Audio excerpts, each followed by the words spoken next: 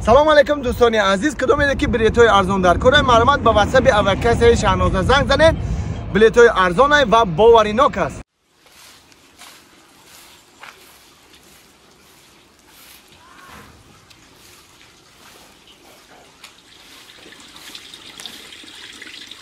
من اینجا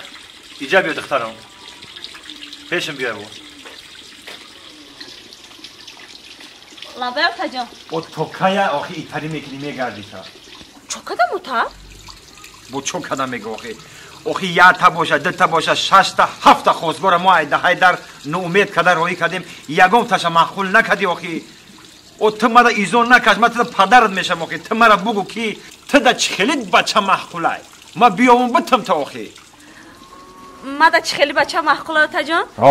ما دا تا جان بچه معقوله که ورزشگر باشه ورزشگر؟ اگه برای چی ورزشگر؟ برای چی که تا جان ورزشگر مشق میکنه زورای خیلی برای که ورزشگر معقوله ما تا جان ورزشگر بچه مخی قشلوخی ما دا کم ای یافتنش کینه بو یکم تای دیگهش نمیشه خیلی تا جان اگر که ورزشگر نباشه میفرمه که تا جان شوی هنرمند کنم صنعتکار باشه حافظ باشه حافظ؟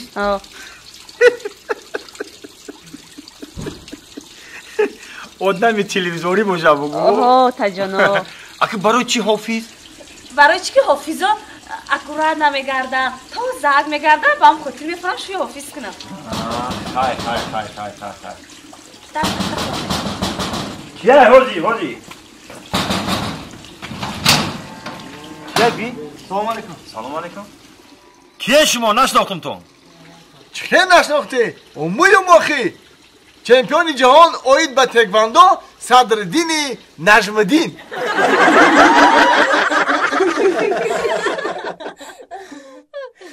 من از ماه و ستاره به قلب پاره پاره تو را جویم که بینم دوباره من از نم باران گلی های خیرامان تو را جویم زیکو عشق و ارمان همه رنگ بهاری دل گشت خماری پروای نداری